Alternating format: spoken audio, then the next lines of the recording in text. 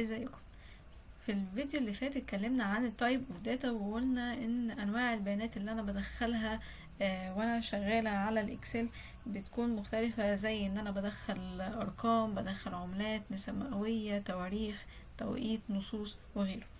وقلنا ازاي ان احنا نعرف نتعامل معاها من خلال ان احنا نميزها، زي ان انا اميز كولوم العملات وان انا اديله صيغة العملة، او كولوم النسب، او كولوم التواريخ وان انا اديله صيغة التاريخ وغيره. فبشكل عام ده شيء بيكون واضح ليا لو انا شغالة بدخل داتا كداتا انتري او كموظفة في اي ادارة بتعامل على الاكسل وبدخل عليه بيانات. فالبيانات انا بدخلها بيكون واضحة بالنسبة لي، ولكن اللي مش واضح بالنسبة لي الطريقة اللي انا اتعامل بيها مع الداتا عشان اطلع منها بمعلومة مفيدة اعرف اخد عليها قرار قدام. طيب ايه هو المفهوم اللي بيقدر يساعدني في كده؟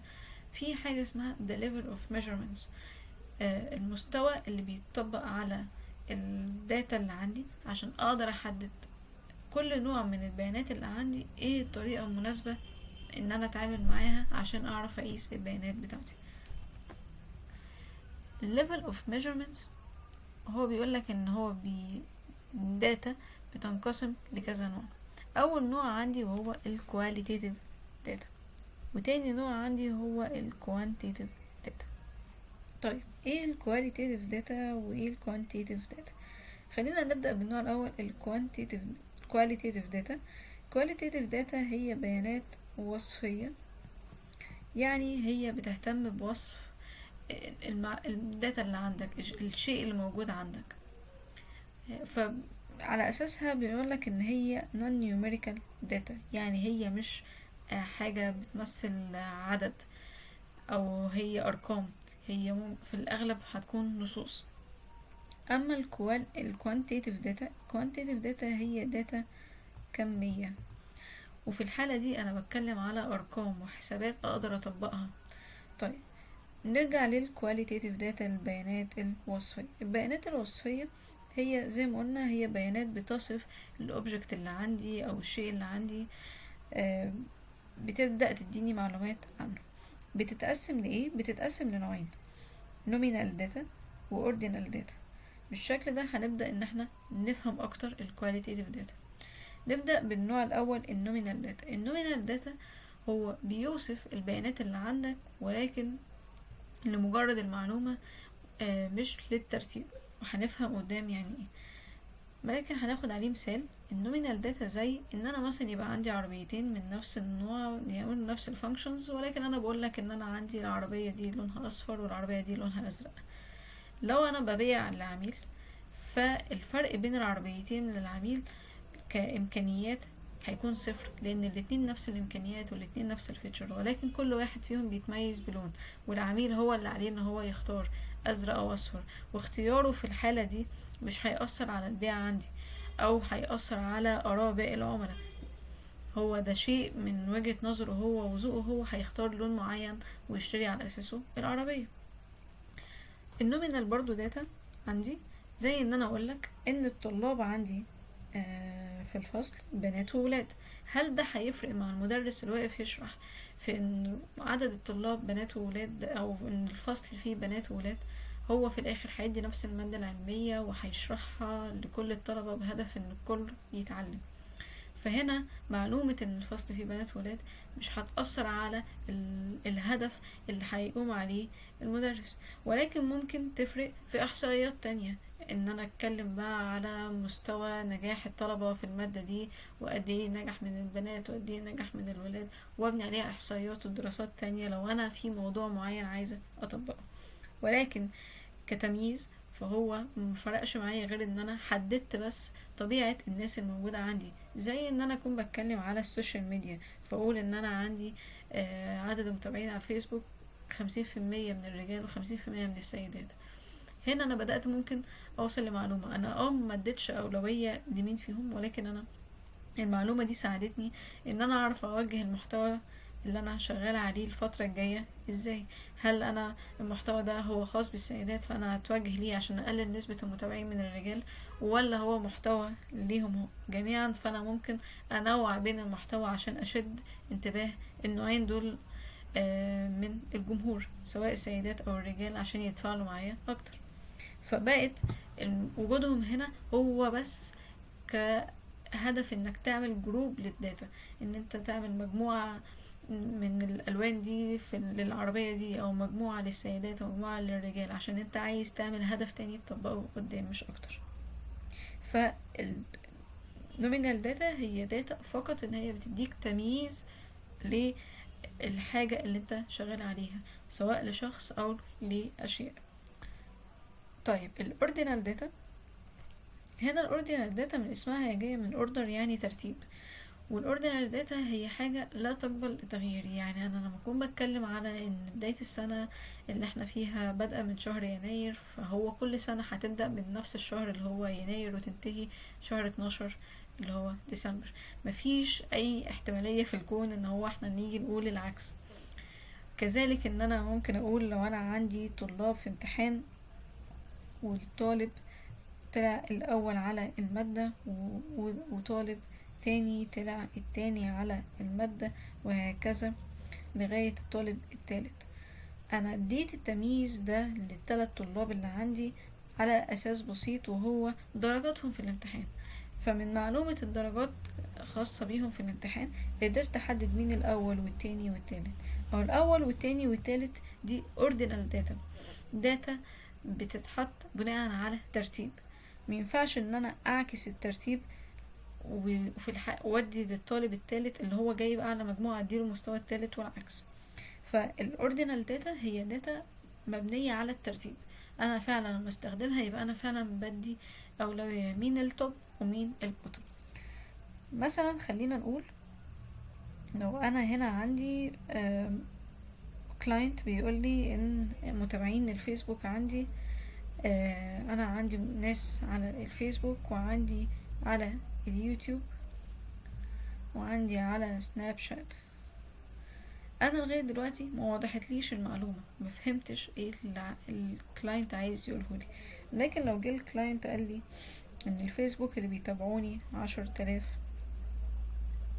واللي بيتابعوني على اليوتيوب 20,000، اما اللي بيتابعوني على سناب شات 500 متابع بس، هنا المعلومة بدأت توضح لي. ليه؟ لان انا هنا كده قدرت من كلامه اعرف ان اليوتيوب هو الفيرست تشانل اللي هو اكتف عليها واللي الناس فعلا بتتابع المحتوى اللي عليها، وده ممكن يكون كمان نتيجة لان محتوى اليوتيوب هو الافضل او طريقة عرض المحتوى على اليوتيوب افضل. وان تاني تشانل هو اكتف عليها وليه نجاح عليها هي الفيسبوك، بدليل ان هي التاني في عدد المتابعين الاعلى.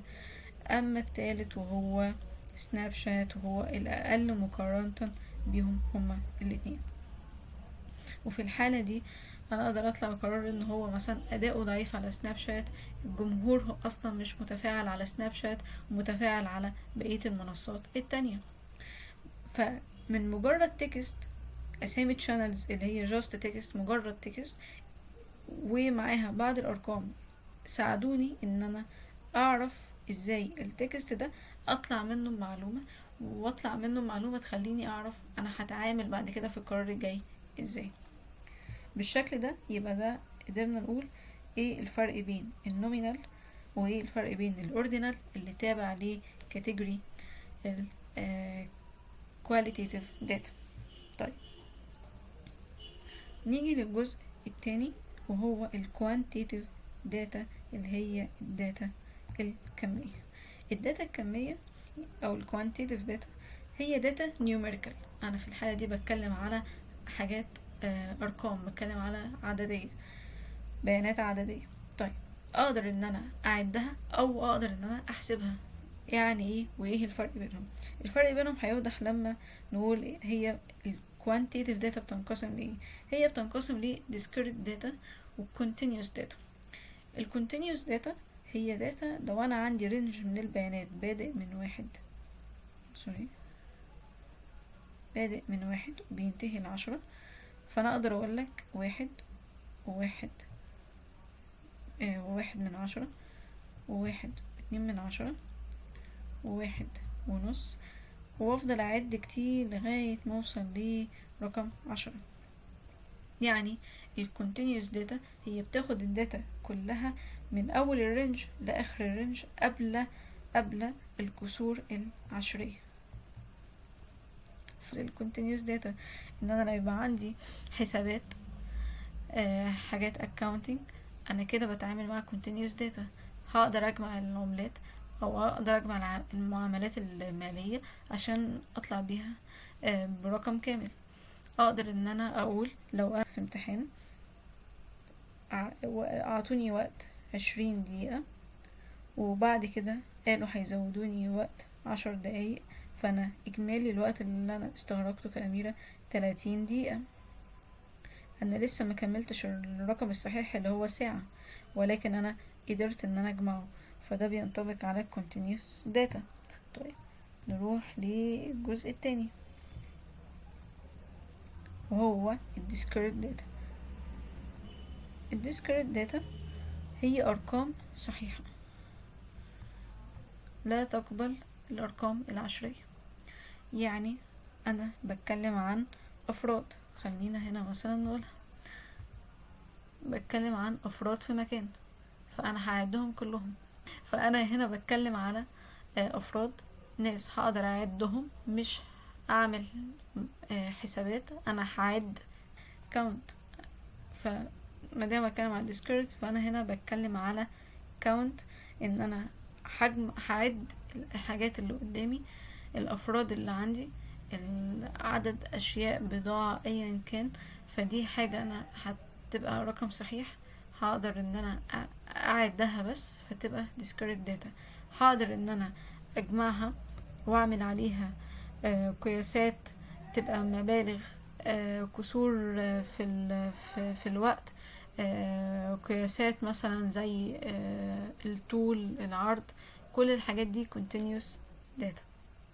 اتمنى ان اكون عرفت اقدم لكم موضوع بشكل بسيط، ان انتوا تتعرفوا على الداتا بشكل مختلف، مش مجرد ان انا بتعامل على الاكسل فاعرف ازاي استخدم معادلاته والفانكشنز اللي عليه وخلاص عشان ادخل الداتا اللي قدامي.